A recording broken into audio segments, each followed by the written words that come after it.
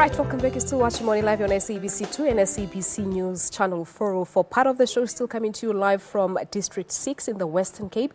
That is where Leanne is having conversation with the ordinary citizens of South Africa, talking about what to expect from President Jacob Zuma's State of the Nation address. But we also have our reporter in Parliament, Abra Babia, and she's joined now by the Minister of Defence, Nosiviwe Mapisa-Nqakula. We do know the controversy around the deployment of 441 soldiers to Parliament today, but Abra has those details. It's over to you.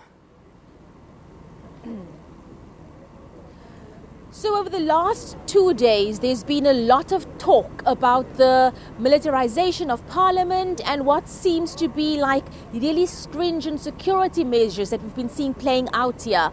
And here to help us talk about that, I have the Minister of Defence, Defence Minister Nosiviwe Mapisa-Nqakula. Ma'am, thank you so much for joining us. First of all, the militarization of Parliament, what's that all about? Is it happening? Can you clear that up? I'm sure, having been here for the last hour, you see yourself that there is no militarization of Parliament. There are no soldiers around Parliament, and therefore there is no militarization of Parliament. Neither is there a militarization of the state. It is not true. However, I think people tend not to listen when pronouncements are being made.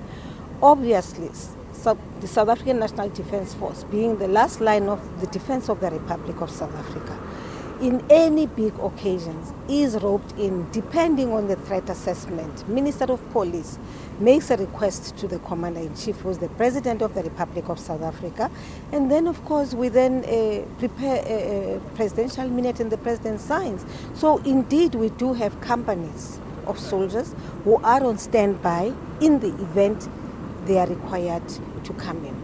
They will not be in Parliament. They are not in Parliament even now as we are talking. But of course, the one thing I need to clarify, which you have seen over the years, on the route towards Parliament from the airport, you will see 1 or 2, 3, 4 soldiers standing there. That's part of the security detail. But to see soldiers within the precinct of Parliament, other than the ones who will be participating in the ceremonial guard, you certainly will not see them. Exactly, you won't see the soldiers roaming the streets of Cape Town, because that's not what we do. So I'm just saying that South Africans should not be gullible. South Africans should not take information at face value. People must go, make inquiries, research what they are talking about, so that you are not caught off guard. Okay.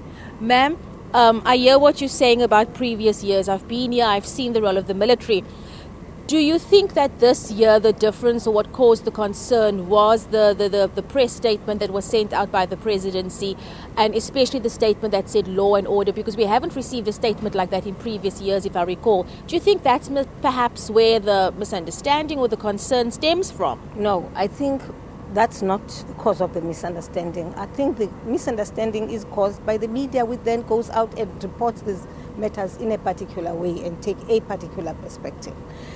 My view is that there is a narrative out there which suggests that we are becoming an authoritarian state, we are becoming a state that's suppressing views, expression of views, which I don't understand, because truth of the matter is the African National Congress, together with other political parties, but we led the process, is responsible for this constitution. We wrote this constitution in the same way that we wrote the Defence Act of the Republic of South Africa, and we made sure that within that act, within that legislation, you have proper oversight mechanisms so that there is no abuse of power.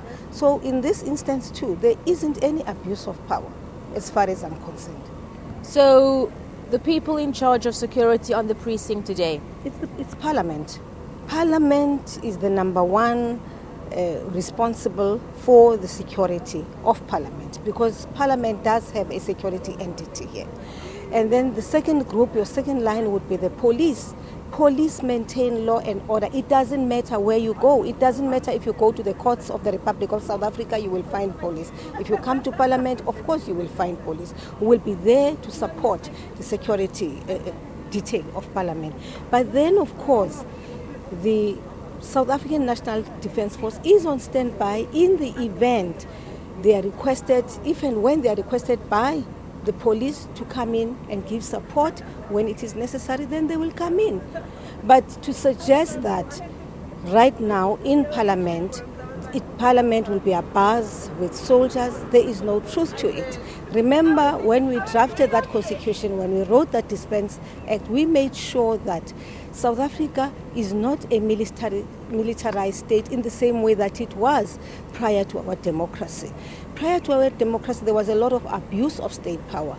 And we vowed, all of us, and said, we will not go back to that. We will never repeat that mistake again. So I don't know why South Africans would really believe that government of today, 22 years down the line, would actually repeat the mistakes which were committed by the National Party government.